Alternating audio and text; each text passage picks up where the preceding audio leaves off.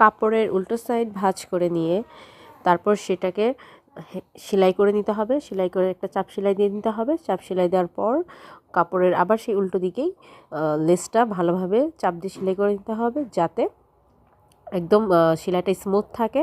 বাইরের দিক থেকে বা সোজা দিকটা আনলে যেন একদম সেলাইটা না দেখা যায়, তাহলে একদম প্রফেশনালি সেটা সেলাই হয়ে যাবে, বোঝাও যাবে না যে এটা আলাদা করে লাগানো হয়েছে। এরপর মুখের মাপ, নিজের মুখের বা মাপটা নিতে হবে। আমি মাথার ক্যাপ, আমরা যে ইনার ক্যাপ পরি ওইখান থেকে কপাল থেকে আমরা অন্য যেভাবে বাঁধলে সেফটি পিন কোনো কিছু ইউজ করে বাঁধলে যতটুকু আসে, আমার লেগেছে 0 থেকে 9 ইঞ্চি পর্যন্ত।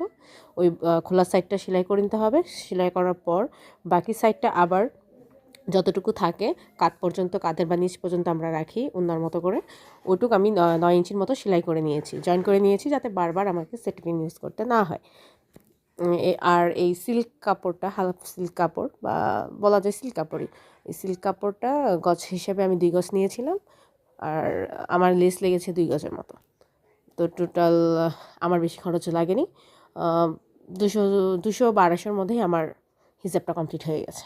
এত রেটের মধ্যেই আমি কমপ্লিট করে ফেলতে পেরেছি। তো মধ্যবিত্ত মানুষ হলেও স্টাইল করার জন্য চাইলে অল্প গজ বা অল্প দামের গজের কাপড়ের উপর এইভাবে সুন্দর করে লেস লাগিয়ে ডিজাইন করে নিতে পারেন। ভালো লাগলে চ্যানেলটি সাবস্ক্রাইব করে ফেলবেন। ধন্যবাদ।